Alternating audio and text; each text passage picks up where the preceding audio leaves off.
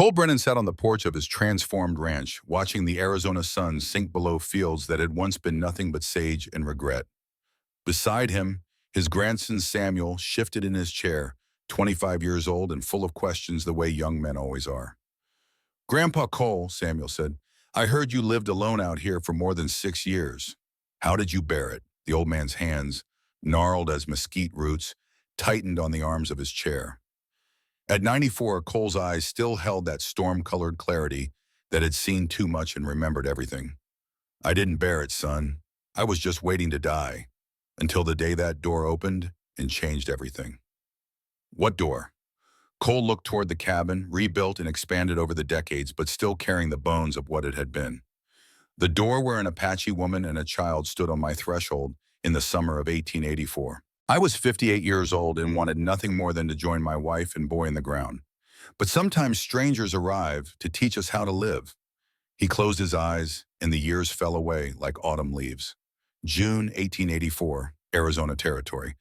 The knock came just after dawn. 3 sharp raps that shattered the silence Cole Brennan had wrapped around himself like a burial shroud. He froze in the center of his cabin, coffee cup halfway to his lips, feeling his heart hammer against his ribs in a way it hadn't since Shiloh, since Gettysburg, since all those battlefields where death had called his name and somehow missed. Nobody came out here. Nobody knew this place existed anymore.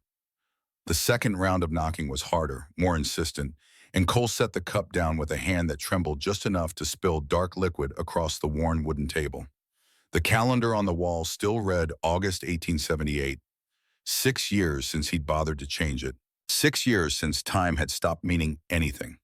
He moved toward the door, each step a negotiation between his body's protest and his mind's unwanted curiosity. His hand went to the Colt peacemaker on his hip, old cavalry instincts never quite dead, then forced itself away. Ridiculous. He was an old man jumping at shadows in a tomb he'd built for himself.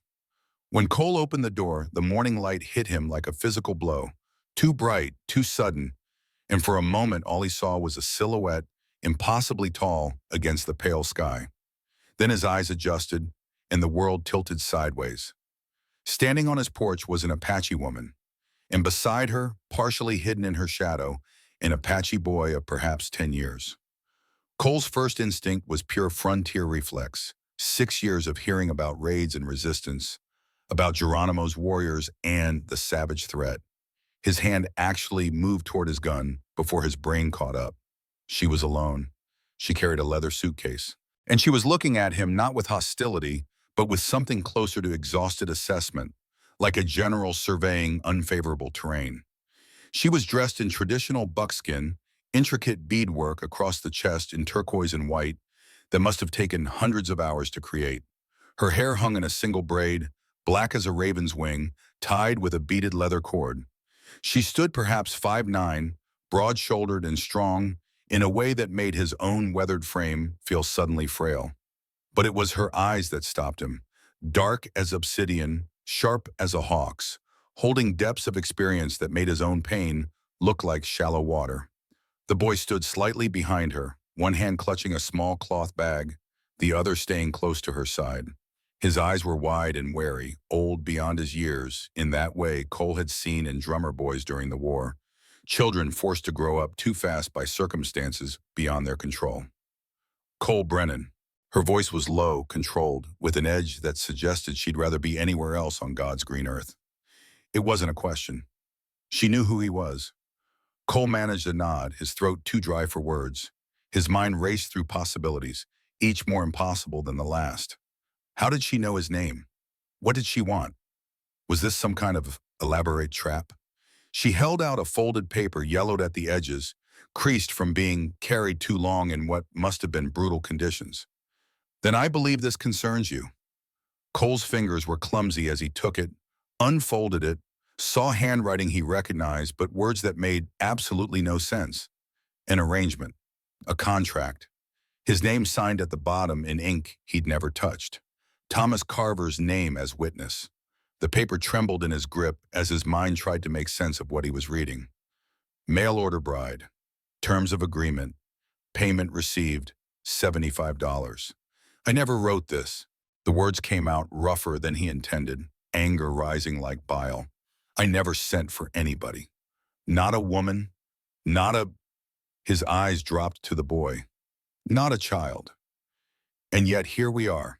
She said it without emotion, stating a fact as immutable as the mountains behind her. No plea in her voice, no desperation, just cold, hard reality. Cole looked past her, scanning the empty land stretching in every direction. No wagon, no horse, nothing but miles of nothing, and this woman who'd somehow crossed it with a child in tow. How did you even get here? We walked. She shifted her weight slightly, and for the first time he saw the exhaustion she was hiding. The way her shoulders stayed rigid through sheer will, the blisters on her feet visible through worn moccasins. 5 days from Fort Defiance. We were told you were expecting us, that you wanted help. A family. The word hit him like a fist. Family. He'd had a family once. A wife named Abigail with soft hands and softer voice. A son named Nathaniel who'd lived just long enough to learn his father's face. Both buried under 6 feet of Arizona hardpan while he was 200 miles away buying cattle that no longer mattered. Well, you were told wrong. Cole thrust the paper back at her, but she didn't take it. Just stood there, immovable as the doorframe. I don't know what kind of mistake this is, but I didn't arrange this. Didn't want this. Any of it. Something flickered in her expression. Too quick to read. Neither did I. The silence that followed was heavy with all the things neither of them would say. Cole's mind was already calculating distances, impossibilities. 5 days on foot through territory that could break a man with a horse and supplies. She shouldn't have survived it. The boy certainly shouldn't have. Yet here they stood, looking at him with eyes that held no plea, no desperation, just a kind of cold evaluation that made him feel like he was the one being measured and found wanting. You need to leave, he said as firmly as he could manage. Go back where you came from. With what? The question was sharp, surgical, cutting through his dismissal like a knife through silk. Every coin we had went into that payment. The agent said housing, food, protection, a new life away from... She stopped herself, jaw tight. There is no going back, for either of us. Cole felt the trap closing around both of them, felt the weight of a decision he'd never asked to make settling on shoulders that had already carried too much for too long. Then she said something that changed everything. Her eyes fixed on something behind him, inside the cabin, and her voice took on a matter-of-fact quality that somehow made the words more ominous. Besides, that storm coming over the ridge will be here by nightfall. Neither of us will be going anywhere for a while. Cole turned to look where she was staring, saw the dark line of clouds building on the horizon like an approaching army, black and pregnant with violence.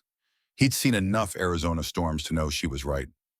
Once it hit, travel would be impossible, maybe deadly. When he turned back, she'd already picked up her suitcase and taken one step across his threshold. The boy followed like a shadow, silent and watchful. The question wasn't whether she was staying. It was whether Cole had any choice left at all. Ayanna stepped inside without waiting for permission, and Cole found himself moving backward into his own home like a guest retreating from the host.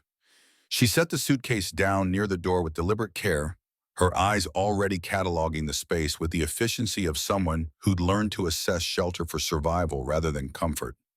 The boy, Elijah, stood close to her side, his eyes taking in everything with the same sharp awareness. Cole saw intelligence there and wariness, and something else he couldn't quite name. Recognition, maybe, as if the child understood exactly what kind of man stood before him. The cabin was small, brutally spare, one room serving as kitchen, bedroom, and living space all at once. A narrow bed against the far wall, blankets gathering dust because Cole hadn't slept in it since the night he came home to find his family gone. A stone fireplace that hadn't seen a proper fire in months, shelves holding more dust than supplies, a table covered in old papers and dirty dishes from God knew when. This is it.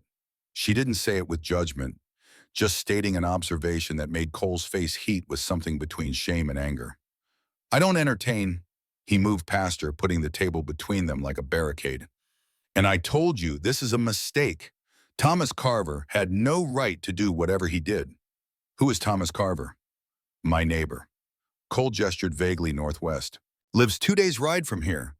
Used to check on me once a season before I told him to stop. He picked up the document again, staring at the signature that looked so much like his own. This is forgery. Has to be. Ayanna crossed to the window, her movements quiet despite her size. She studied the approaching storm with the focus of someone reading language in the weather, interpreting signs that Cole had learned in his years on the frontier, but that she seemed to understand on some deeper, more instinctive level. When did you last see this, Thomas? 6 months, maybe 8. Cole tried to remember. Time had a way of blurring when every day looked the same, when the only markers were the changing seasons and the slow accumulation of neglect. He brought supplies I didn't ask for, talked about how I needed help with the ranch, how I was wasting away. I told him to leave me alone. And so he sent me. Her voice was flat, but something underneath suggested she understood the cruel logic of it, the way well-meaning people could destroy lives while thinking they were saving them. Men like that believe they know better than the choices you make. The observation was too accurate, too knowing, and Cole found himself looking at her differently. Not as an intrusion, but as another person caught in someone else's plan, another victim of good intentions gone catastrophically wrong. You said you paid to come here. Paid who? Ayanna turned from the window, and for the first time he saw something other than stoic control in her face, something that looked almost like anger, cold and carefully contained. A man in Fort Defiance, Marcus Webb. He had papers, certificates, said there were ranchers looking for arrangements. She chose her words carefully, like someone navigating a field of broken glass. Good men who needed help, who would provide protection and a new life. For women with children, women with no other options. Cole felt anger rise, not at her, but at the whole rotten system that had put them both here, that preyed on the desperate and the lonely with equal ruthlessness. That's what they told you. His voice was rough. And you believed it? Her eyes hardened to obsidian chips. I believed it was better than the alternative. The words hung between them, heavy with implications Cole wasn't ready to explore. He looked away first, moved to the fireplace, started building a fire he didn't know how to share, his hands moving through the familiar motions while his mind raced. The storm will last through tomorrow at least, maybe longer. You and the boy can stay until it passes. Then you'll need to find somewhere else. Where? The question was direct, surgical, cutting to the heart of the impossibility he was proposing. Back to Fort Defiance, where the man who lied to me can do it to someone else. To San Carlos Reservation, where there is no land, no food, and men who... She stopped herself, jaw tight, and Cole saw the first real crack in her armor. Saw the fear underneath, carefully controlled but undeniably there. I had a daughter. The words came flat, protective distance in every syllable, and Cole felt something in his chest constrict. Her name was Istis. It means snow in my language. She was 7 years old when she died on San Carlos Reservation 2 years ago. Ayanna met his eyes, and in hers he saw a grief that matched his own, waxed and terrible and never quite buried. There was no medicine, no food, just waiting for death. Watching children waste away while government agents grew fat on rations meant for us. Cole's hands stilled on the flint and steel. He thought about Nathaniel, about holding his son's tiny body in the photograph that now lay face down in a drawer, because looking at it hurt more than forgetting. But at least his son had died quickly, mercifully, from fever and not from deliberate cruelty dressed up as policy. My husband Dakota died the year before that. Ayanna continued, her voice never wavering, each word precise and controlled. Bounty hunters shot him. They thought he was one of Geronimo's warriors. He was just trying to hunt deer to feed us on land that was ours for hundreds of years. Land the white man said we were trespassing on. She looked down at the PA who stood silent and still beside the suitcase. Elijah is not my son by blood, but I am all he has. His parents, both warriors, are dead. First his father in a cavalry raid, then his mother from consumption on the reservation. I took him when she died. We escaped together 14 months ago. Survived by hiding, by taking work where we could find it, by staying invisible. The fire sparked and died. sparked and awed. Finally caught, Cole straightened slowly, his back protesting the movement, and turned to face her fully. "My wife and son died 6 years ago," he heard himself say, the words coming from some deep place he'd thought sealed off forever. "Scarlet fever took them both in the same week. I was 200 miles away buying cattle. Rode for 3 days straight when I got word. Nearly killed my horse doing it. Came back to find them already buried. Thomas and the neighbors did it. Kinda them." The bitterness in his voice surprised even him. "I never got to say goodbye. Never got to do anything but stand at a grave and wonder why I was still breathing when they weren't." Ayanna observed him in long silence, and Cole felt uncomfortably seen, like she was reading something in him he'd tried to bury along with his family. "So we are both here because of loss," she said finally. "Both here because someone else decided they knew what we needed." She moved to her suitcase, opened it with careful hands. Inside were folded clothes, a few personal items, and something wrapped in cloth that she kept one hand over protectively. "Perhaps instead of fighting about who is more trapped, we should discuss how to survive until we are not." Cole wanted to argue to defend the fortress of solitude he'd built around his grief, to explain that survival was the last thing he wanted. But as another leak started in the roof and he had nowhere left to put a container, as he looked around at the cabin that had become less shelter and more tomb, he found he had no answer at all. "You and the boy take the bed," he heard himself say. "I'll sleep by the fire." Ayanna's expression didn't change, but something in her posture relaxed fractionally, the first hint that beneath the armor was a person who'd been braced for rejection, for violence, for all the cruelties she'd learned to expect from the world. "Thank you." "Don't thank me." Cole moved toward the door, needing air, even if it meant facing the approaching storm. "I'm not being kind. I'm just too tired to fight about everything in one day." He stepped out onto the porch just as the first drops of rain hit his face like small warnings. Behind him, through the open door, he heard Ayanna moving around his cabin with careful respect, heard the soft murmur of her voice as she spoke to Elijah in Apache, words he couldn't understand but whose tone he recognized. Comfort, safety, home. The storm broke overhead with a crack of thunder that shook the walls and sent the horses screaming in the distance. Rain came in sheets, turning the world beyond the porch into nothing but gray violence and the roar of water finding every weakness in his defenses.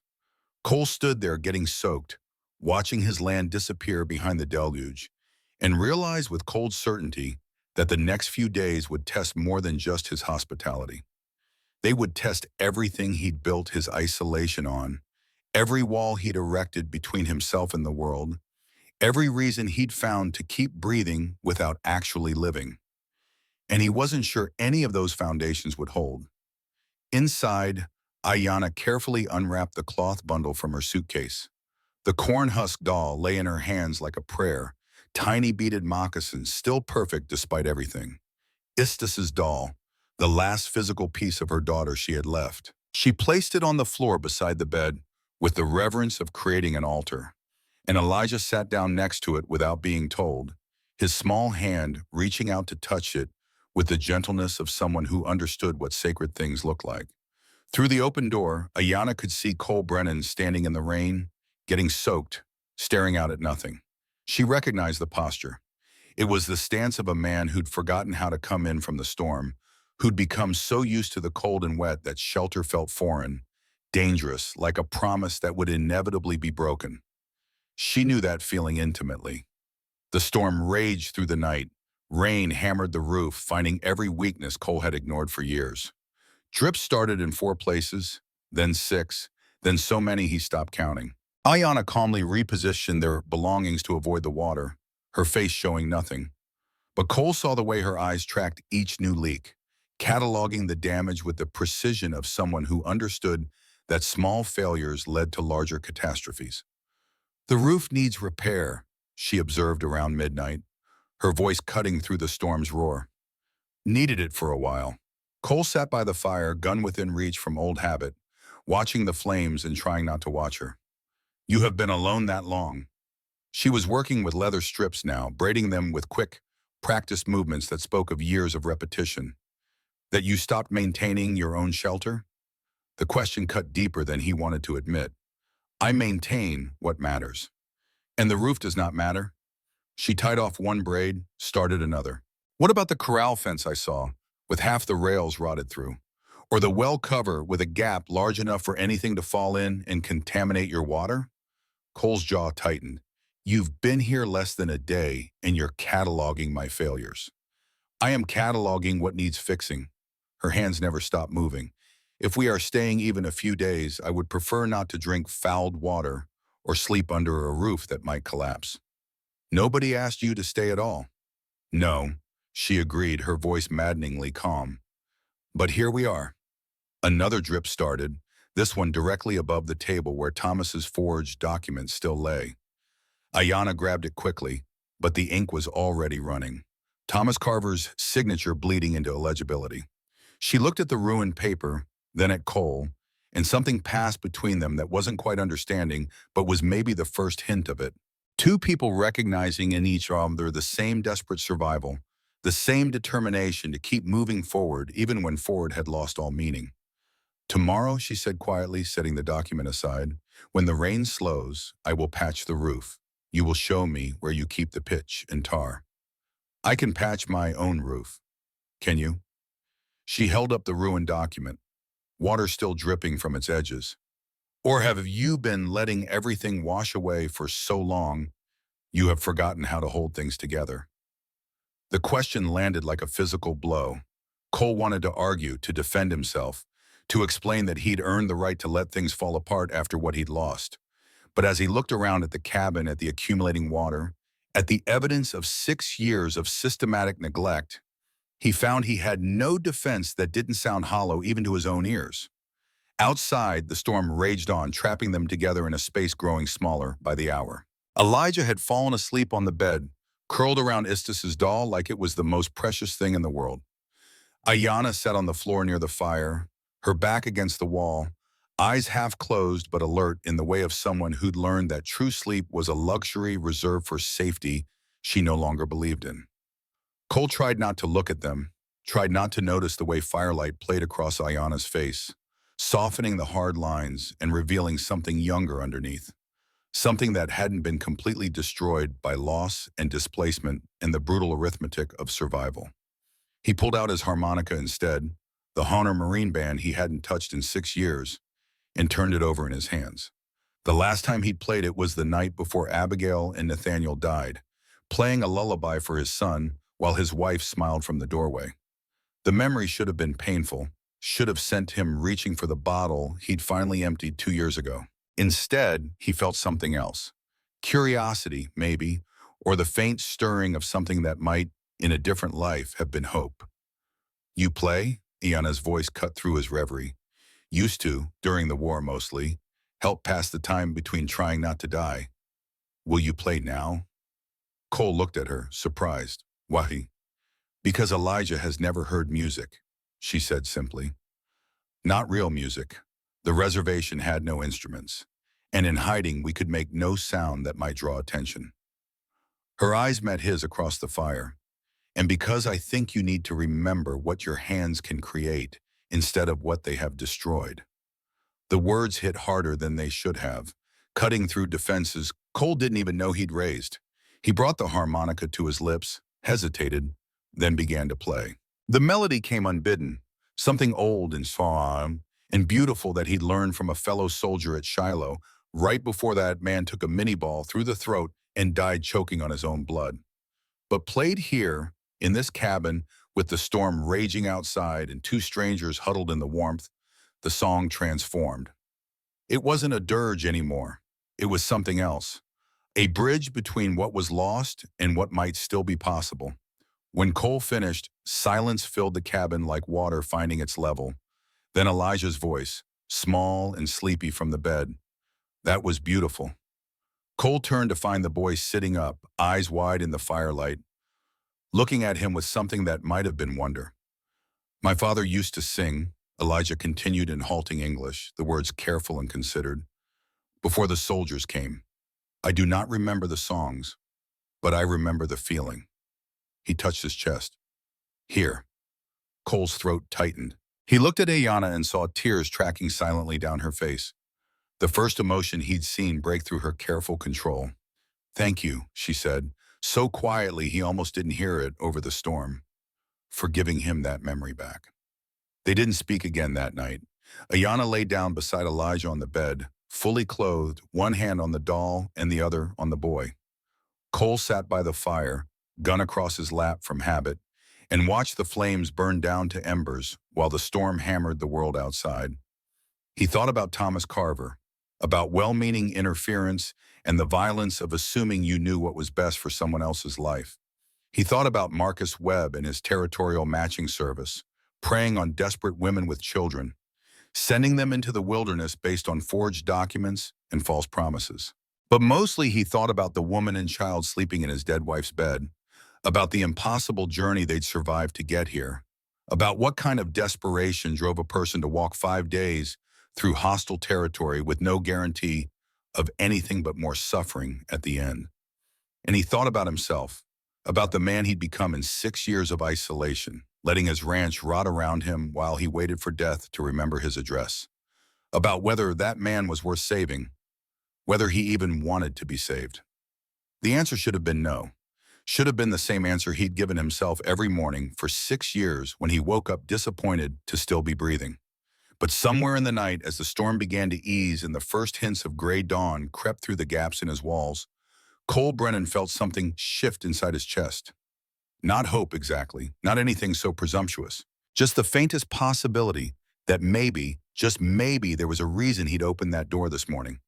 That maybe some arrivals change everything. That maybe the worst loneliness isn't being alone at all, but being with someone and still feeling invisible. And if that was true, if he could see these strangers and be seen by them in return, then perhaps isolation wasn't protection, but just another kind of death. He'd been dying slowly for 6 years. When dawn finally broke pale and clean, the storm exhausted, Cole stood and stretched his aching joints. 58 years old and feeling every one of them. He moved to the window and looked out at his land, seeing it with new eyes. The corral fence sagging, the south pasture choked with weeds, the well cover broken, all the accumulated damage of not caring whether he lived or died.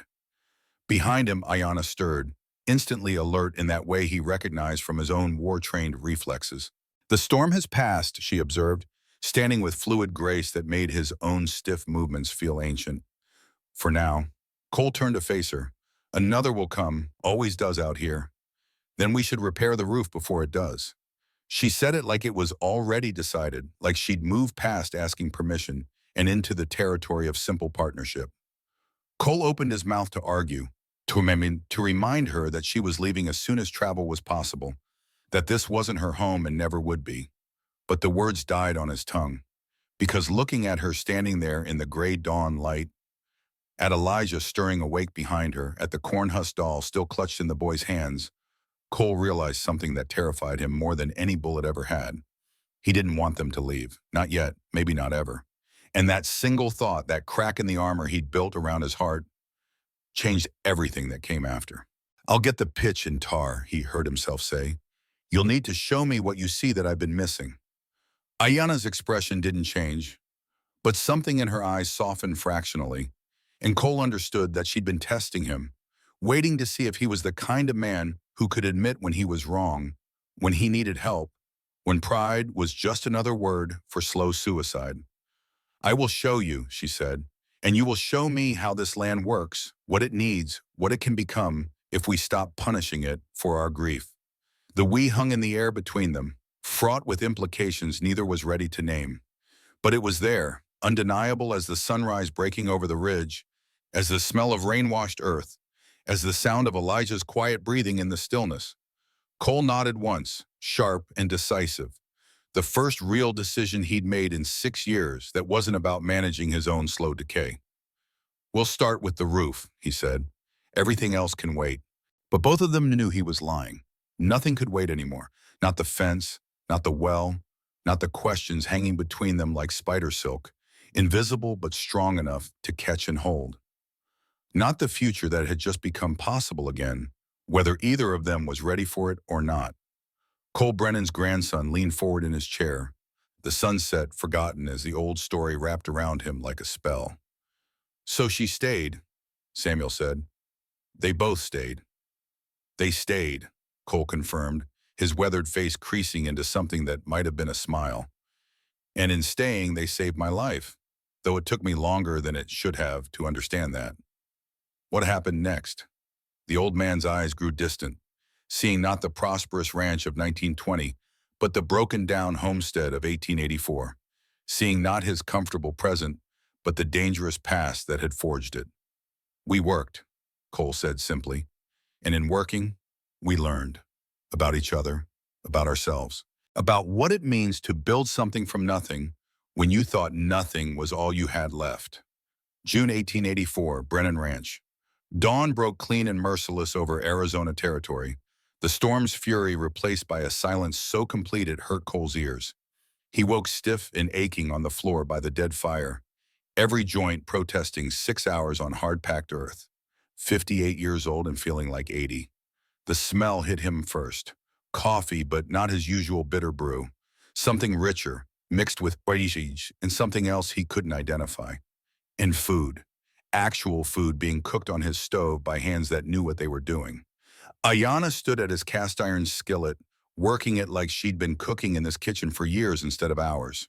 She'd found bacon in his smokehouse, bacon he'd forgotten existed, and was making some kind of flatbread that sent his stomach growling despite himself. Elijah sat at the table, eyes tracking every movement Cole made with the wariness of an animal that had learned the hard way to never fully trust, to always keep one eye on the exit. "Where did you find the bacon?" Cole's voice came out rougher than intended, thick with sleep and something else he didn't want to examine. "The smokehouse." Ayanna didn't look at him, focused on the task at hand. "You had half a side hanging. Probably forgot about it." He had. Stopped checking months ago, stopped caring about food beyond what kept him functional. The admission sat heavy in his chest. She plated the food with efficient movements, set it on the table. The flatbread was golden and slightly puffed, the bacon crispy. It looked like something from his memories of Abigail's cooking, from a life before loss had taught him that caring about meals was just another vulnerability. "Eat," Ayanna commanded. "Then we work." Cole wanted to argue on principle, to assert that this was his ranch and he made the decisions. But he was hungry, and the food smelled better than anything he'd made in 6 years, and somewhere in the night he'd crossed a threshold he couldn't quite name. He sat. He ate. The flatbread was dense and slightly sweet. The bacon perfectly done. He hadn't known his taste buds still worked, hadn't realized how much he'd reduced food to fuel and nothing more. Ayanna ate across from him, methodical and efficient. She drank her coffee black like him. No wasted motion, no small talk. Just sustenance taken in silence, while the morning light crept across the cabin floor and Elijah watched them both with eyes that missed nothing. When they finished, she stood and moved to the door, looking up at the roof with the assessing gaze of someone who understood that small problems became catastrophic failures if ignored long enough. "The roof first," she said, "before the next rain. Then the well cover because water is life. The corral can wait, but not long if you want to use those horses running wild out there." She'd already planned the day, taken command with such natural authority that Cole found himself nodding before his pride could object. Part of him wanted to resist, to reclaim control of his own deterioration. But another part, a part he'd thought dead, felt something close to relief. Someone else making decisions. Someone else giving a damn. "I'll get the tar bucket from the shed," he heard himself say. Watching Ayanna climb onto his roof was like watching something wooled and perfectly adapted to its environment. She moved across the wet shingles in her moccasins with the sure-footedness of a mountain cat, no hesitation, no fear. Her buckskin dress allowed movement where a white woman's skirts would have tangled and killed her. Cole stood below, passing up supplies, and found himself saying, "You're going to break your neck up there." She didn't look down, just kept working. "Then you will have one less problem." There was no self-pity in it, no plea for reassurance. Just dark humor delivered with such deadpan conviction that it startled a laugh out of Cole, the first genuine sound of amusement that had escaped his throat in 6 years. It sounded rusty, foreign, like a voice belonging to someone else. Ayanna paused in her work, glanced down at him with something that might have been surprise, then returned to the task with what he could have sworn was the ghost of a smile tugging at the corner of her mouth. She worked for 2 hours while the sun climbed higher and turned the desert into a furnace. Cole watched her find every weakness he'd ignored, every place where water had won its patient war against wood and tar. She used rags to stuff gaps, sealed them with pitch, her movements practiced and sure. The work was crude but effective, function prioritized over beauty in a way that spoke to something deep in Cole's war-trained pragmatism. He noticed her hands, scarred and calloused, strong and capable. A healer's hands and a warrior's hands occupying the same body, the same history. Notice the way she paused occasionally to orient herself, checking sun position and wind direction like she was constantly mapping escape routes, constantly prepared for the world to turn hostile without warning. "You've done this before," he called up. "Not on ranches." She spread tar with strokes that suggested muscle memory built over years. "But wiki-ups need repair too. Apache homes, knowledge translates if you are willing to learn." She paused again, this time looking toward the eastern ridge, and murmured something in Apache. Low and rhythmic, the words flowing like water over stone. "What was that?"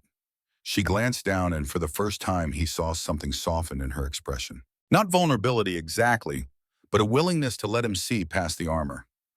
"Prayer, asking the mountain spirits to hold this roof strong, to protect those who shelter beneath it." Cole shifted uncomfortably.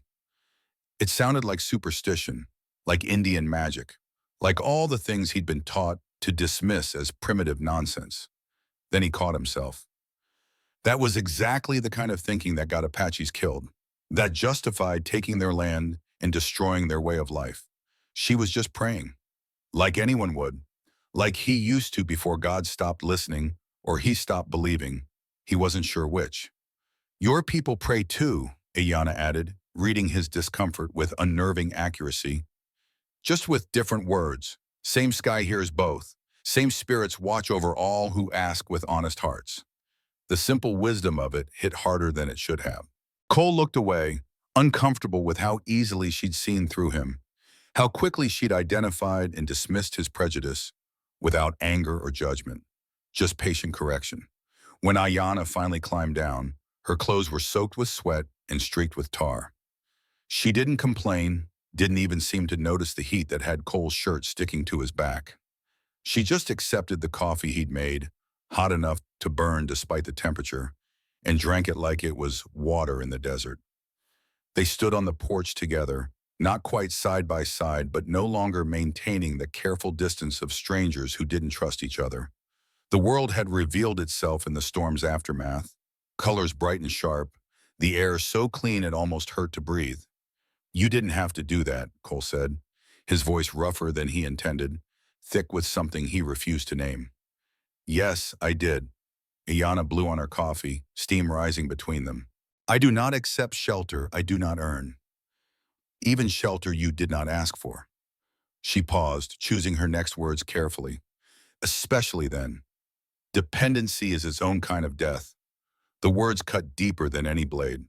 Cole had told himself his isolation was independence, that refusing help was strength, that needing no one made him invulnerable. But standing here with someone who actually understood the difference between independence and self-destruction, he felt the lie of it settling heavy in his chest.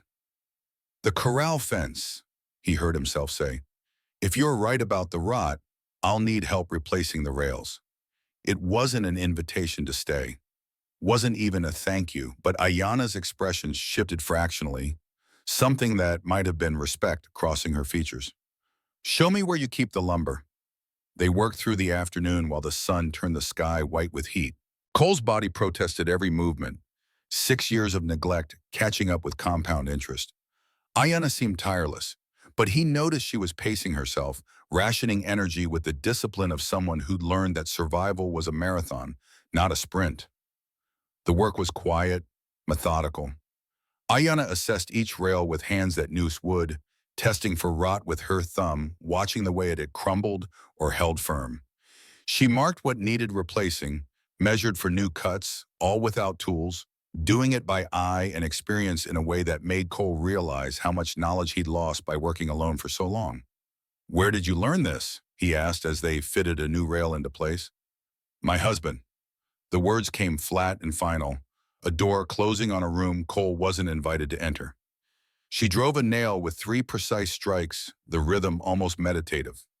Cole waited, learning that pushing her would get him nowhere, that information would come in its own time, or not at all.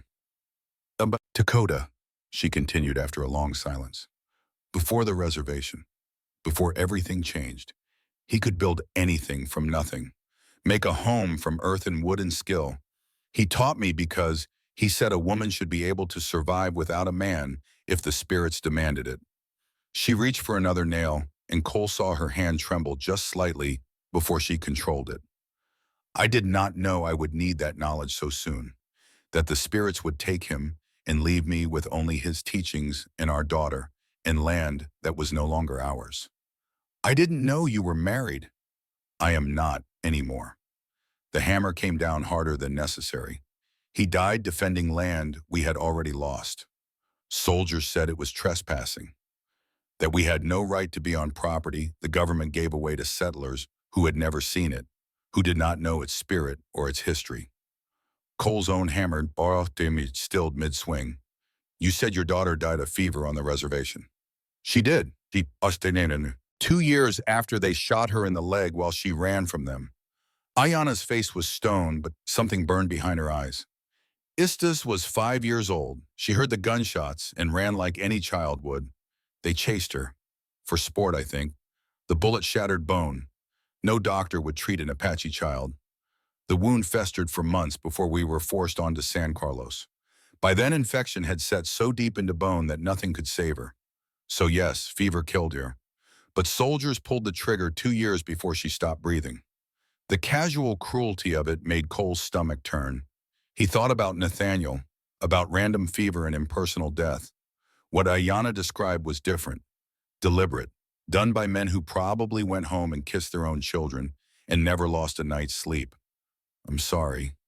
"Don't be." She moved to the next post with mechanical precision. "Sorry doesn't rebuild anything. Sorry doesn't bring back the dead or undo the past. Sorry is what people say when they want to feel better about things they cannot change." They finished the corral in silence, heavy with ghosts. When the last rail was secure, Cole stepped back to survey their work. The fence looked better than it had in years, sturdy and intentional, the kind of structure that suggested someone might actually use it again, might actually have plans extending beyond the next day's survival. "I have 3 horses, Cole said, not looking at her. "Been letting them run wild because I couldn't be bothered to pen them properly. If you're going to be here a few more days, we might as well bring them in. Make sure they're sound." Ayana wiped her hands on her already ruined dress. "I will need to see your tack. Check for rot there, too. You always this relentless about maintenance? You always this resistant to keeping things alive?" She met his eyes, and there was challenge there, but also something else, understanding maybe. Recognition of a fellow survivor who'd forgotten how to do anything but barely survive, who'd mistaken existence for living and called it enough. They walked out to where the horses grazed, maybe a quarter-mile from the ranch house. 3 horses that had once been Cole's pride, now half wild from neglect. 2 mares and a gelding, all showing the effects of years without proper care. The horses saw Cole and shied away, no longer trusting the man who'd abandoned them to fend for themselves. But they saw Ayana, and curiosity overcame caution. She approached them, speaking low in Apache, rhythmic and soothing, sounds that transcended language, and spoke directly to something ancient in the animal's hindbrain. She didn't walk straight at them, didn't try to corner or force, just moved in a wide circle, giving them space to choose, and one by one they came to her. The gelding first, brave or stupid. She examined him with hands that knew horses intimately, checking hooves and teeth and glands with practiced efficiency. "This one has thrush," she announced, her fingers gentle on the infected hoof. "Needs treatment. And this mare—" She moved to the bay, running experienced hands over the animal's belly. "She is pregnant, maybe 3 months. She will foal in winter." Cole stared. "Pregnant? You did not notice?" There was no judgment in the question, just genuine curiosity about how someone could be so disconnected from their own animals. I haven't paid attention in. He trailed off, not wanting to admit how long he'd stopped caring about anything beyond his own slow dissolution. Ayana's look said she knew anyway. She will need shelter when the time comes. Grain, attention. Complications can kill both mother and foal if no one is watching. The unspoken question hung between them. Would he care? Would he let another thing die through neglect? Or had something changed in the past day and a half? Cole didn't have an answer, so he just nodded and helped her lead all three horses back to the newly repaired corral. Ayana handled them with such natural ease that it made his own clumsy efforts look amateurish. Apache horse culture was legendary for a reason. Back at the ranch, she treated the gelding's thrush with herbs from her medicine bag, mixing yarrow powder with something else into a paste that she worked carefully into the affected hoof. Where did you learn horse medicine? From my grandmother. She was what you would call a horse whisperer, though we had no such term. She said horses and Apaches understand each other because we are both stubborn and both survivors. Both refuse to be broken, even when the world insists we should be. Cole watched her gentle hands healing his neglected animal and felt something crack in the walls he'd built around his heart. He'd spent 6 years hearing stories about savage Apaches who raided and killed. But watching her tend his horse with such care, listening to her talk about her grandmother with quiet love, he realized he'd been lied to. Or maybe he'd been lying to himself, accepting convenient narratives that justified the unjustifiable. Apaches weren't monsters. They were people. People who'd been systematically destroyed by men who looked like him, who prayed to the same God he'd once believed in, who called it civilization and progress and manifest destiny while committing horrors that would haunt history. The realization sat heavy and uncomfortable, forcing him to confront prejudices he hadn't even known he carried. That evening, they sat on the porch as the sun painted the sky in shades of fire. Elijah was inside, already asleep despite the early hour, exhausted from a day spent exploring the ranch under Ayana's watchful eye. Do you ever regret it? Cole asked, breaking the comfortable silence. Coming here instead of finding somewhere with more people, more life? Ayana was working leather in her lap, hands busy with the constant need to create, to make useful things from raw materials. She considered the question seriously before answering. I had more people once, had a whole community, a whole tribe, a whole way of life. It did not save anyone, did not stop the soldiers or the starvation or the displacement. She tied off a braid, started another. This place has one person who sees me as I am. Not as a problem to solve or a symbol to worship or a thing to manage. That is more than I thought I would ever have again. Cole felt something in his chest release. Tension he'd been carrying since the moment he opened his door to find her standing there. I see you, he said quietly. See how hard you work, how you fixed everything I let break, how you're trying to build a future in a place I turned into a tomb. We are building it, Ayana corrected gently. You are the one who chose to let me stay, who worked beside me even when your body protested, who trusted me enough to show vulnerability. That takes more courage than isolation ever did. They sat together as darkness fell, watching stars emerge in a sky so vast and clear, it seemed to go on forever. The land stretched out before them, full of work yet to be done and seasons yet to come. And for the first time in longer than either could remember, tomorrow felt like a promise instead of a threat. The morning of the fourth day broke with dust on the horizon. Cole saw it while checking the well, his gut immediately recognizing the pattern. Riders, multiple, moving fast. Ayana! His voice carried the sharp edge of warning honed in 100 cavalry skirmishes. She was out of the cabin in seconds, knife in hand, though he hadn't seen where she'd been carrying it. Elijah appeared behind her, small and silent, already learning to move like a shadow. They watched together as the column resolved into clarity. 10 cavalry soldiers in Union blue pushing hard. They were chasing something, and whatever it was had them riding their horses into the ground. Cole's hand moved to his peacemaker, old instincts taking over. He counted them automatically, assessed their weapons, calculated fields of fire, and covered the way he'd done at Shiloh and Antietam, and a dozen other places where mathematics meant the difference between living and dying. The column split. Most continued east, but 3 broke off toward the ranch. Cole's jaw tightened. This was no social call. The sergeant who dismounted was young, maybe 30, with hard eyes that had seen too much frontier violence too soon. He had the look of a true believer, the dangerous kind who thought he was doing God's work. "Afternoon, sir. Sergeant Wade Cassidy, 3rd Cavalry out of Fort Grant." His eyes immediately found Ayanna, cataloging her Apache features with the quick assessment of a man trained to see threats everywhere.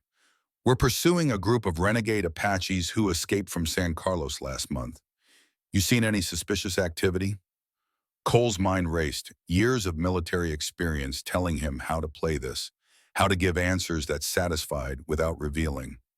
He glanced at Ayanna, who stood very still, very straight, face carefully blank, but fear burning underneath like banked coals.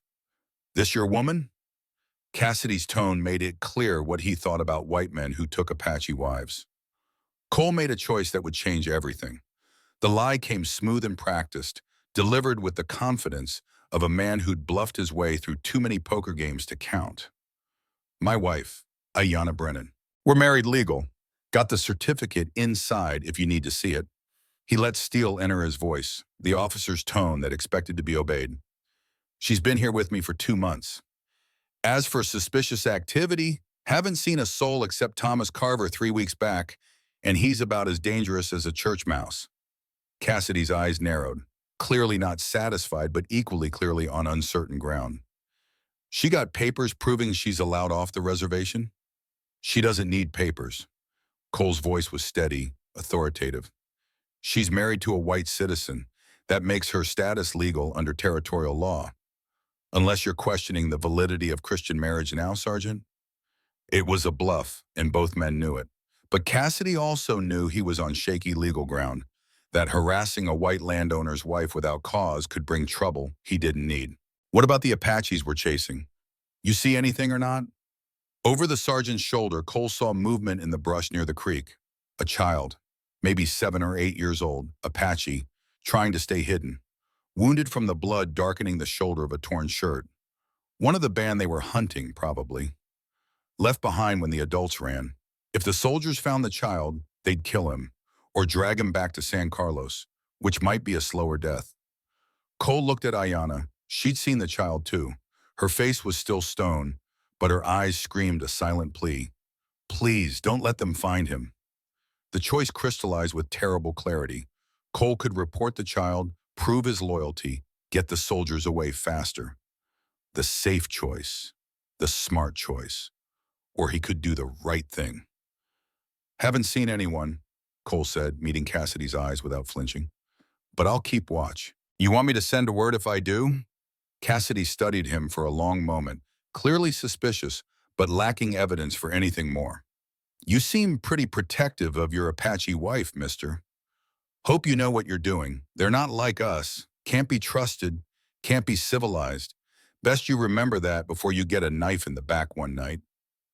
Cole felt anger spike hot and unexpected. "They?" His voice dropped to something dangerous, something that made Cassidy's hand drift toward his sidearm. "She's my wife. She's got a name. And she's worth 10 of most white men I've known, including some I served with and most I didn't." The tension stretched taut as a bowstring. Then Cassidy mounted up, his face flushed with anger he couldn't quite act on. "We'll be patrolling this area. Anything happens, you're accountable, both of you."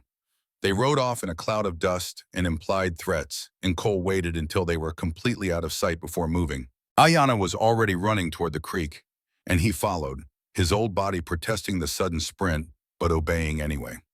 The child was huddled in the brush, terrified, speaking rapid Apache as Ayanna dropped to her knees beside him. She responded in the same language, soothing, checking the bullet wound in his shoulder with practiced hands. "Not deep," she said in English for Cole's benefit. "Missed bone, but needs cleaning, or infection will kill him as surely as soldiers." "Bring him inside," Cole said. She looked at him, shocked. "If they come back, then we say he's your nephew. Visiting, legal." Cole met her eyes. "I'm not turning a wounded child over to men who'll kill him." Something in Ayanna's face cracked, just slightly. The first real emotion he'd seen from her that wasn't carefully controlled. carefully rationed. Something that looked almost like hope. They carried the boy inside. Ayana worked with her medicines, cleaning the wound with something that smelled astringent and burning, packing it with herbs, binding it with clean cloth torn from one of Cole's old shirts. The boy, whose name was Karuk, according to Ayana, whimpered but didn't cry. Apache children were taught strength young, taught that survival depended on silence. Cole kept watch at the window, his heart hammering. He'd just lied to federal soldiers, harbored a fugitive. If they came back, if they searched, if they found Karuk hiding in his cabin, he'd hang for it.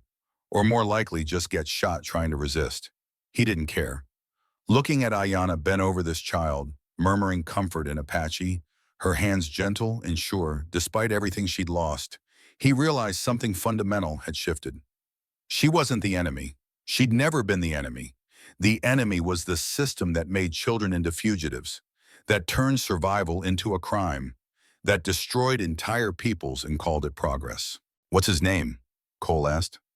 Ayana looked up, and in her eyes he saw gratitude and something deeper, something that might have been the beginning of trust. "Karuk, it means bear. He is Nantan's son, my cousin." "Your cousin is with the group they're hunting?"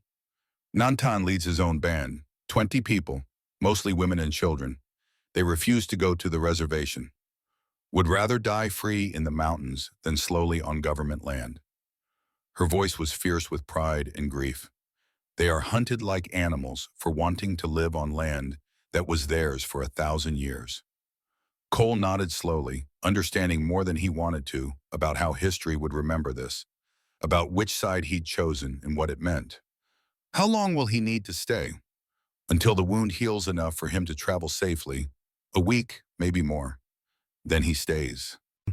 That night, after Kuruk was asleep in the bed that had once belonged to Cole's dead son, after Elijah had curled up beside the wounded boy like a protective sibling, Cole and Ayana sat by the fire. "Thank you," she said quietly, "for not turning him in, for lying to protect us." "I didn't do it for thanks." "Then why?" Cole stared into the flames, watching them dance and consume, thinking about all the fires he'd seen in his life, campfires during the war, the fire that warmed his family's cabin before fever took them, the cold hearth of 6 years' isolation. "Because I've spent 6 years letting everything die," he said finally. "The ranch, myself, any sense of right and wrong. Today I chose something different." He looked at her. "I chose life and decency because of you." Ayana's eyes glistened with tears she wouldn't let fall. "In my culture, when someone saves a family member's life, they become family, blood bonded, not by birth but by choice and deed. I'm not asking for, I know, but I am giving it." She reached across the space between them, took his hand in hers. First time they'd touched deliberately, skin on skin, and Cole felt something electric pass between them. "You are no longer alone, Cole Brennan. You have Apache family now, whether you want it or not." Her hand was warm, calloused from work, strong in ways that had nothing to do with muscle. Cole held it like it was something precious and breakable, like hope itself made flesh. "I want it," he whispered. "God help me. I want it." They sat like that, hands clasped, watching the fire while a wounded Apache child slept in a dead white boy's bed, and the world outside hunted for reasons to tear them all apart. And Cole Brennan, 58 years old and half dead from grief, felt something he'd thought lost forever. He felt alive. Samuel watched his grandfather's face transform in the fading light, weathered features softening with memory. The old man's hand trembled slightly as he reached for the glass of water on the table between them. "So you protected them," Samuel said, "even knowing it could cost you everything." "Especially knowing that," Cole replied, "because for the first time in 6 years, I had something worth losing. And that made all the difference." "What happened when Thomas found out? When he saw what his interference had created?" Cole's laugh was dry as desert wind. "Thomas Carver got an education in consequences, and I got one in forgiveness. Both were harder earned than either of us expected." He settled deeper into his chair, eyes fixed on something beyond the horizon. "But before any of that could happen, we had to survive what came next. July 1884, Matthews Ranch. A week passed with Karuk healing under Ayana's care.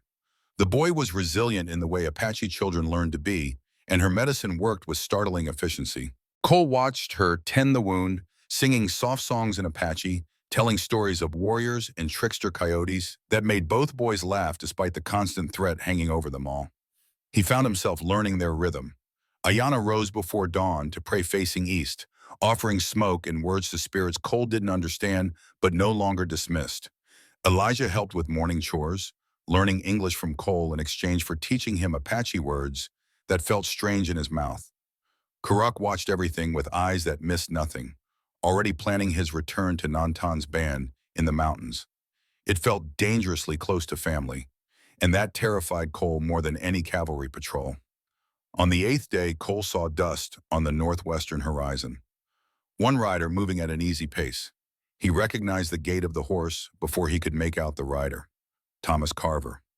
"Thomas is coming," Cole said, and the cabin's easy morning rhythm shattered like glass. Ayana's hands stilled on the bread dough she'd been kneading. "The man who forged the papers." "Yeah." Cole's jaw tightened. "Let me handle this." But Ayana was already moving, ushering both boys into the back room, speaking low and urgent in Apache. When she emerged, her face was set like stone, ready for battle. Thomas dismounted with the easy confidence of a man who thought he'd done good work. He was older than Cole, mid-60s and weathered by decades of frontier life, with kind eyes that somehow made his interference worse. Good intentions paving hell's road. "Cole, hey?" He was smiling, damn him. "I can see from here the place looks better. The roof's patched, the corral's fixed. And that must be..." He turned to Ayana, tipping his hat with old-fashioned courtesy. "Ma'am, I'm Thomas Carver. I hope the arrangement has been satisfactory." "The arrangement?" Ayana's voice could have frozen whiskey. "You mean the forged document that brought me here under false pretenses? That lied to both of us and put my life and the lives of children in danger?" Thomas had the grace to look uncomfortable, his smile fading. "Now, I didn't mean any harm. Cole wasn't going to help himself. Somebody had to do something before he drank himself to death or just gave up entirely. Nobody had to do anything."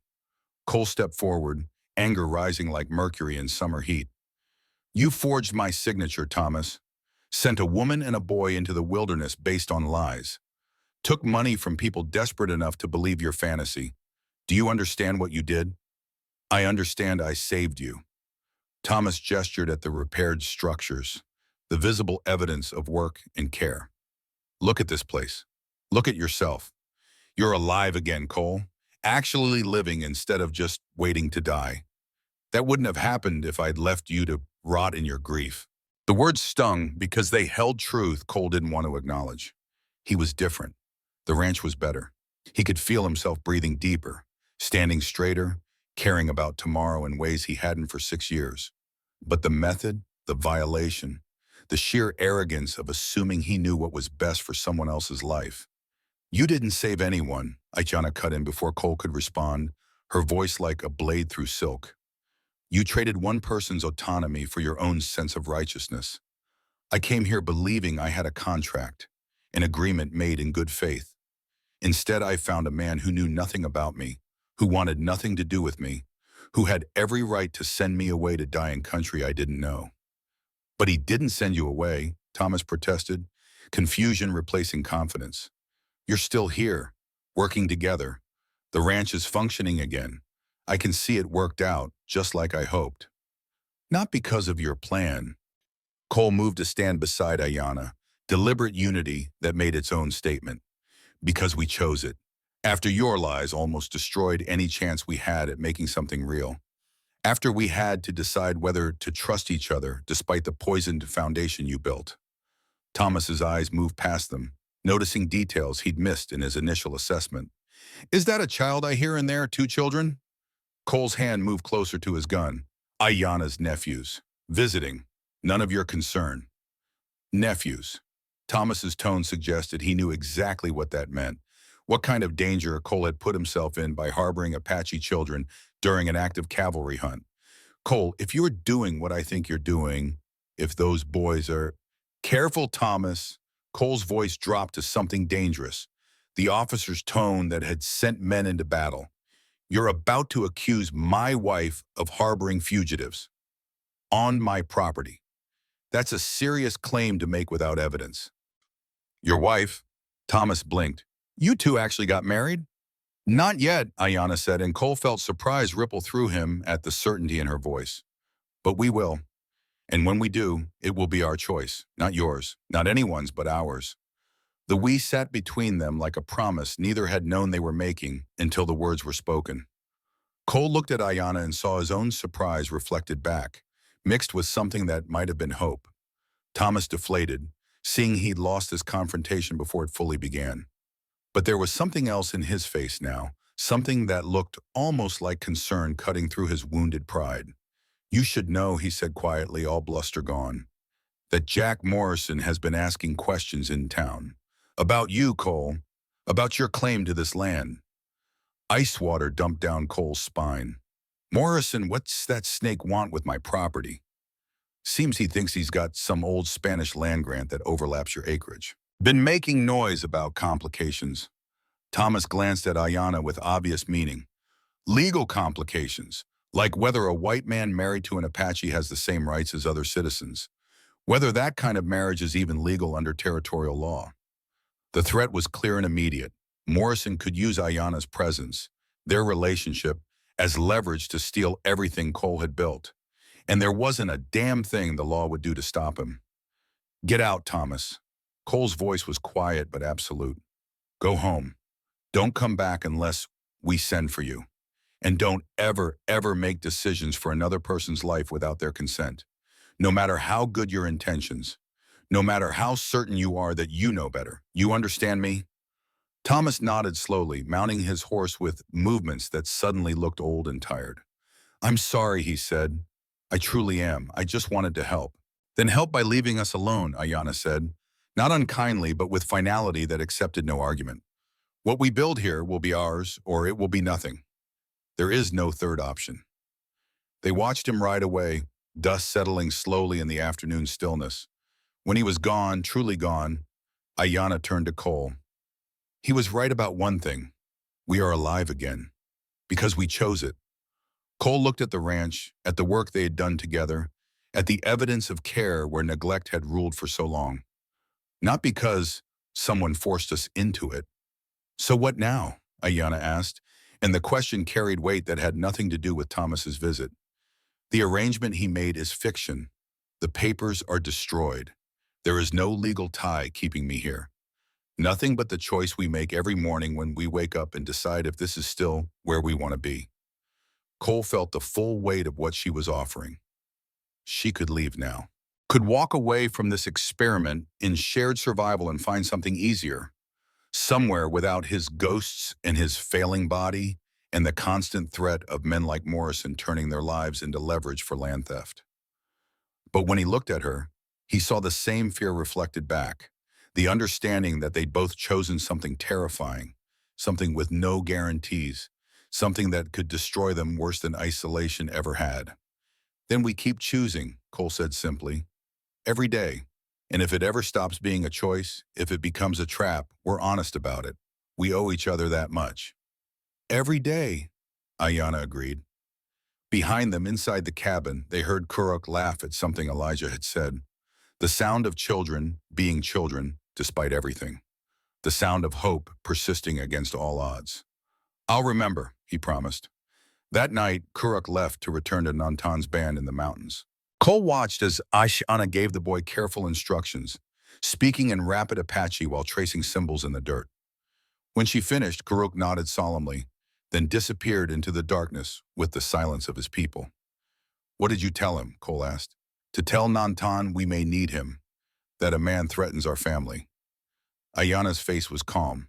"Nantan will watch. If Morrison comes with violins, my cousin will know." "How?" "The old ways, smoke signals, the movement of birds, signs white men do not see because they do not know to look." She met his eyes. "Trust me. If we need help, it will come." 2 days later, Morrison arrived. Cole was ready this time. Gun cleaned, loaded, worn openly in a way he hadn't bothered with for years. Ayanna was inside with Elijah, both armed with knives, both understanding that what came next could mean death or worse. Jack Morrison rode up with 5 hired guns, hard men with eyes like winter and morals to match. Morrison himself was a big man, mid-40s, with cold calculation written in every line of his face. He wore expensive clothes that marked him as someone who'd profited handsomely from other people's desperation. Cole recognized the type instantly. Had fought against men like this during the war, men who saw conflict as opportunity, who understood that chaos created vacuum and vacuum created profit for those ruthless enough to seize it. Cole Brennan. Morrison didn't dismount. Power play obvious and deliberate. Heard you've taken yourself an Apache squaw. Congratulations on lowering yourself to their level. Cole's hand didn't move toward his gun. Didn't need to. The threat was in his eyes, in the set of his shoulders, in the absolute stillness of a man who'd killed before and would do it again if pressed. That word doesn't get used on my land, he said quietly. And she's my wife, soon to be legal if she'll have me. You got business here, Morrison stated, and move on. Ooh. Morrison's smile never reached his eyes. Business, yes. See, I've got a claim to this land. Old Spanish grant, all legal and proper. Filed it with the territorial office last week. Normally, I'd just proceed with eviction once the paperwork clears. But seeing as we both served, you for the Union and me for the glorious Confederacy that should have won, he let that hang, old hatred simmering under thin pretense of civility. I'm willing to make you an offer, $500, cash money, and I'll forget about my claim. You can stay on as a tenant if you like, work the land for shares. Or you can take the money and start over somewhere else. Somewhere your taste for Apache flesh won't be quite so noticed. $500. Cole didn't have 50, and Morrison knew it, the calculation clear in his predator's smile. And if I don't sell? Then I file for immediate possession, and I mention to the territorial marshal that you're harboring fugitive Apaches, reservation jumpers, maybe even some of Geronimo's band, who knows? Morrison's eyes slid toward the cabin where Ayanna stood in the doorway. Cavalry takes your woman back to San Carlos. Those Apache brats get shot trying to escape, like they do. You lose the land anyway, but with federal charges attached. Prison time, maybe. Or a hanging if the judge is in a particularly patriotic mood. Cole felt the trap closing with mechanical precision. Everything he'd built with Ayanna, the fragile trust and partnership and the first stirrings of something deeper, Morrison could destroy with a single letter to the authorities. And he'd do it smiling, righteous in the certainty that he was civilizing the frontier one stolen ranch at a time. 1 week, Morrison said, gathering his reins. You've got 1 week to come up with the money or accept my generous offer. After that, things get ugly. And Brennan, I'd advise keeping that Apache wife of yours inside and out of sight. White men around here don't take kindly to race mixing. Accidents happen. The threat hung in the air like gun smoke. Then Morrison and his hired guns rode off, laughing among themselves about something Cole couldn't hear and probably didn't want to. Inside, Ayanna's face was stone, but Cole saw her hands shake before she controlled them. Elijah pressed against her side, the boy understanding that death had just ridden past, wearing expensive clothes and carrying legal papers. We fight, Ayanna said simply. Against 6 guns? Cole shook his head. They'll kill us all. Then we run, take the boys, go to the mountains, find Nantan. No. Cole grabbed her shoulders, made her look at him. You're not running anymore. Not from Morrison, not from anyone. We make this legal. We get married, actual married, in town with papers. That changes your status, makes you harder to deport. Gives us legal standing to fight his claim. Marriage does not stop men like Morrison. No, but it's a start. Cole's mind was racing, pulling up everything he'd learned about law and land claims during his years in Arizona. And then we get help. From who? Thomas betrayed us. The cavalry hunts us. Who? Your cousin, Nantan. Ayanna stared. You want to ask Apache warriors for help? You, a white man, a former Union soldier? I'm asking family for help. Cole met her eyes. You said I was blood bonded when I saved Karuk. Does that mean something, or was it just words? Her face softened. It means everything. Then send word. Tell Nantan we need allies, and in the meantime, Cole moved to the drawer where Abigail's photograph lived. He pulled it out, looked at it for the first time in months, his wife smiling, his son in her arms. Both gone, both loved. Both, he hoped, at peace with what he was about to do. "I'm sorry," he whispered to them, "but I'm choosing to live again. And I hope wherever you are, you understand." He closed the drawer gently with reverence, but also with finality. Then he turned to Ayana, who was watching with tears tracking silently down her face. The first time he'd seen her cry. "Ayana." He took her hands, rough and scarred and beautiful in their strength. "I'm asking you to marry me. Not for convenience, not just for legal protection. I'm asking because somewhere between the roof repair and the horses and watching you heal those boys, I fell in love with you. And I want to fight for a future together, whatever that looks like.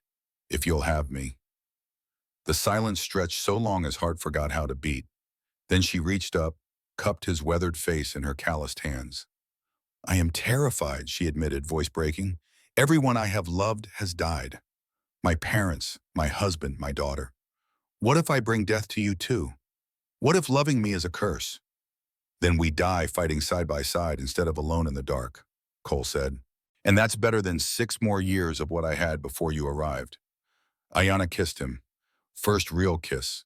Not a peck, but a claim, desperate and tender and full of all the things neither had words for. When they broke apart, both were breathing hard, both trembling with the magnitude of the choice they were making.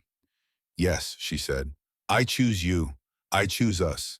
Every day, no matter what comes." Kuruk, watching from the corner, said something in Apache that made Elijah burst out laughing. Ayana smiled through her tears. "He says it is about time, that we have been making eyes at each other like lovesick teenagers for days, and it was becoming embarrassing to watch." "Smart kid," Cole said, and felt something he'd thought dead forever stirring in his chest. Joy. They rode for town the next morning, all 4 of them, because leaving the boys alone was too dangerous and splitting up was worse. 3 days hard riding with constant vigilance for cavalry patrols, for Morrison's men, for bounty hunters who'd recognize Apache children and see dollar signs. But they made it. The town was small and dusty, the kind of place where everyone knew everyone's business and strangers were marked immediately. The stares started the moment they rode in. A white man and an Apache woman, 2 Apache boys. The whispers followed like flies. One man spat at Ayana's feet as they passed. Cole's hand moved to his gun. Ayana touched his arm, stopped him. "Not worth it," she said quietly. "I have endured worse." But Cole saw the way she held her head higher, spine straight and proud, refusing to show these people anything that looked like shame or fear. And he loved her more for it. The justice of the peace was an old man named Hoskins, weathered and practical, who'd seen enough of life to know that judgment was God's job, not his. "You sure about this, son?" He eyed Ayana with something that wasn't quite hostility, but wasn't acceptance either. "Marrying an Apache, you know the talk it'll bring. Make your life harder than it needs to be." "I'm sure," Cole's voice was iron. "You going to marry us, or do we ride to the next town?" Hoskins sighed. "Need a witness." A voice from the door made them all turn. "I'll stand witness." Thomas Carver stood in the doorway, hat in hand, looking older and more uncertain than Cole had ever seen him. "What are you doing here?" Cole demanded. "Heard you were coming to town. Figured you might need someone, and—" Thomas looked at Ayana. "I was wrong about how I did things. Maybe not wrong that you two belong together, but wrong about everything else. Let me do this one thing right." Ayana studied him for a long moment, then nodded. "You may stand witness." The ceremony was brief and practical, no romance in the words, just legal binding, spoken and recorded. But when Hoskins said, "Do you take this woman?" Cole said, "I do," like an oath, like a vow he'd die keeping. And when Ayana said, "I do," her voice was steady and sure, no hesitation despite everything she was risking. The kiss was longer this time, more certain. When they broke apart, Elijah was grinning, and even Kuruk looked pleased. "Mrs. Cole Brennan," Hoskins wrote on the certificate. Ayana stared at the name, and Cole saw loss in her eyes. She was trading part of her identity for safety, becoming legally white in the eyes of the law, erasing centuries of Apache heritage with a stroke of a pen. "You are still Ayana," he said firmly. Still Apache. This paper doesn't change who you are. Just makes it harder for bastards like Morrison to destroy what we're building. She touched the certificate like it might burn her. I know, but it feels like dying a little, becoming someone else to survive. Then we make sure it's worth it, Cole said. We make sure what we build honors everything you're sacrificing. They bought a simple silver band with the last of Cole's money and he slid it onto her finger. It wasn't much, scratched and plain, bought from a traveling tinker's cart, but Ayana looked at it like it was the most precious thing in the world. It is everything, she whispered. They returned to find Morrison waiting. But this time he'd brought 8 men, and they weren't just hired guns. They were the kind of men who enjoyed violence, who saw it as entertainment rather than necessity. And Morrison himself wore a smile that promised pain. "Week's not up yet, Brennan," he called out as they approached. But I got impatient, figured I'd simplify things. He saw Ayana by him, saw the wedding band on her finger, and his smile widened. "Heard you went and married her legal. That's touching. Real romantic. But it doesn't change the land claim. And it doesn't change what happens when I file a report about those Apache boys you're hiding." Cole's hand moved to his Winchester, but 8 guns were already trained on them.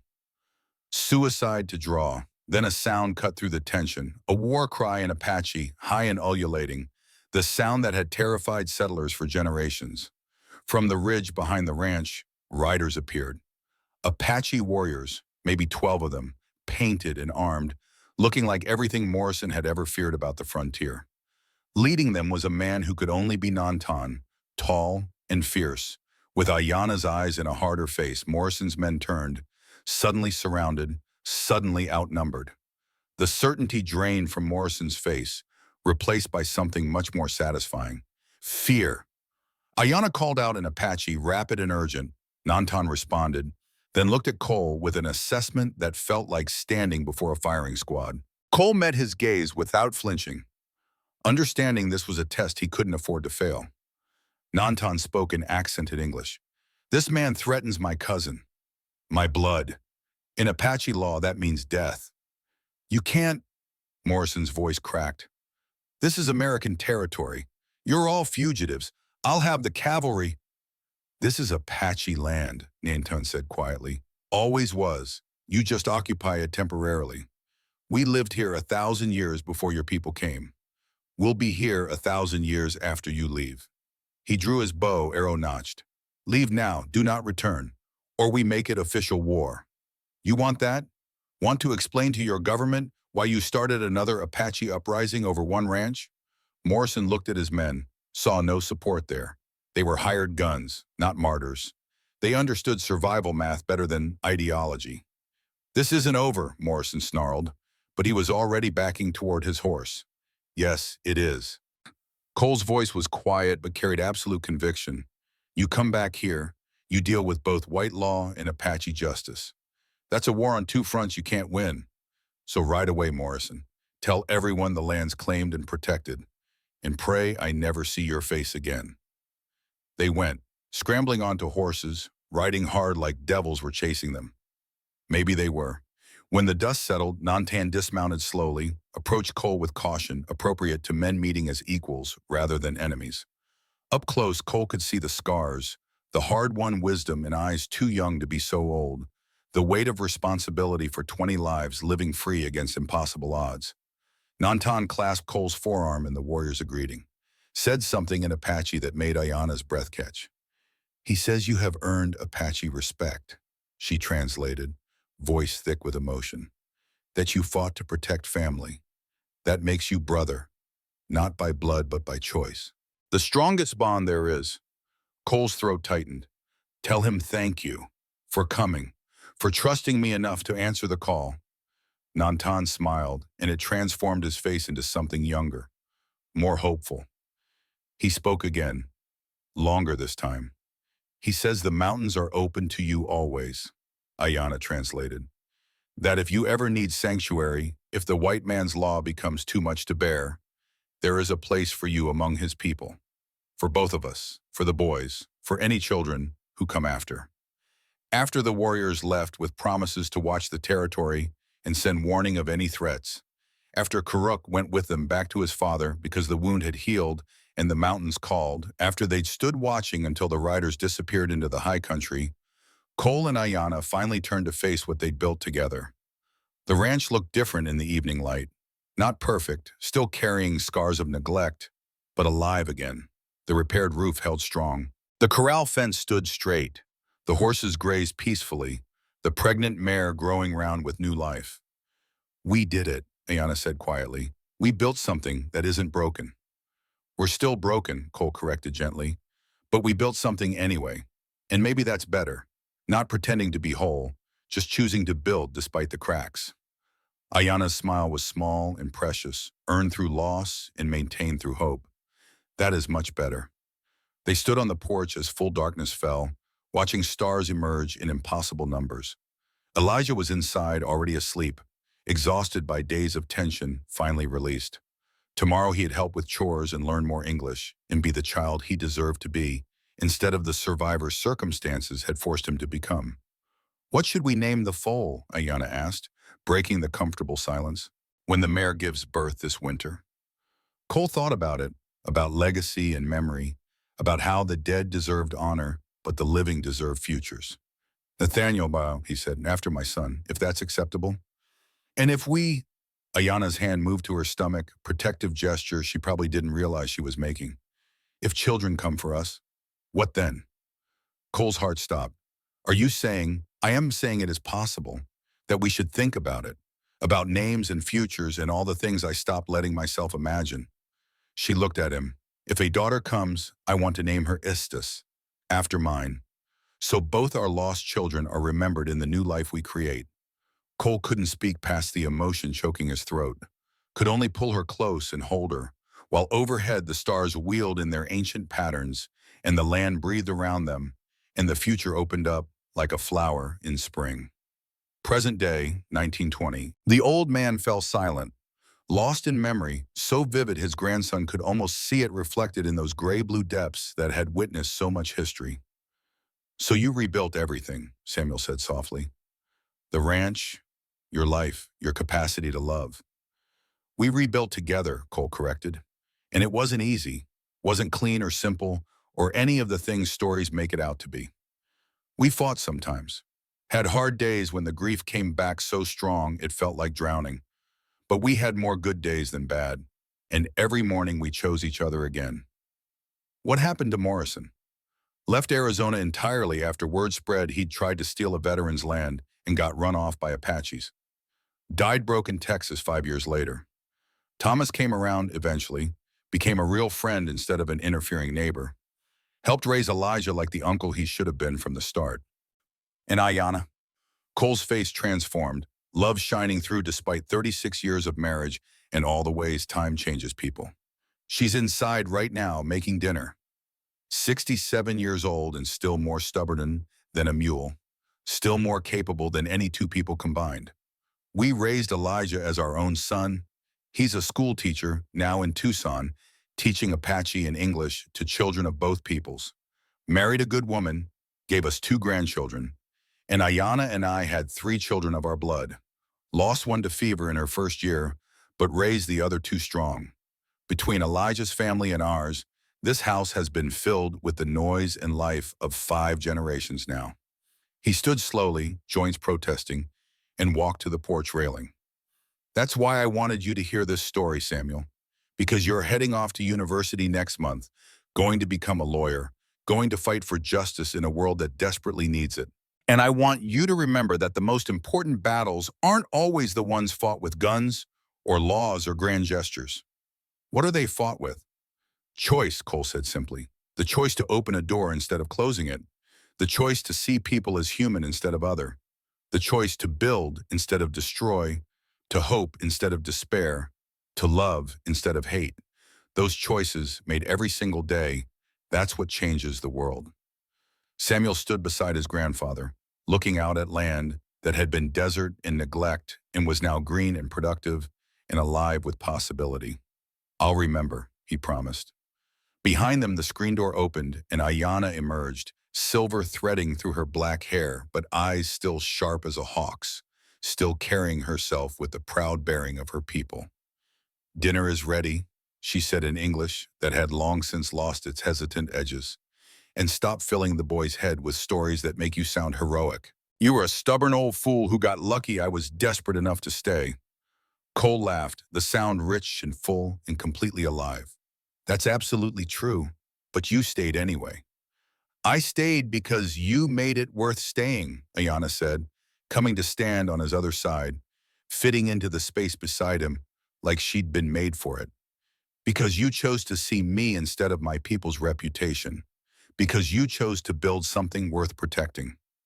Samuel watched them together, these two people who'd found each other across impossible odds, who'd built a life from loss and love from grief, who'd chosen each other every day for 36 years and counting.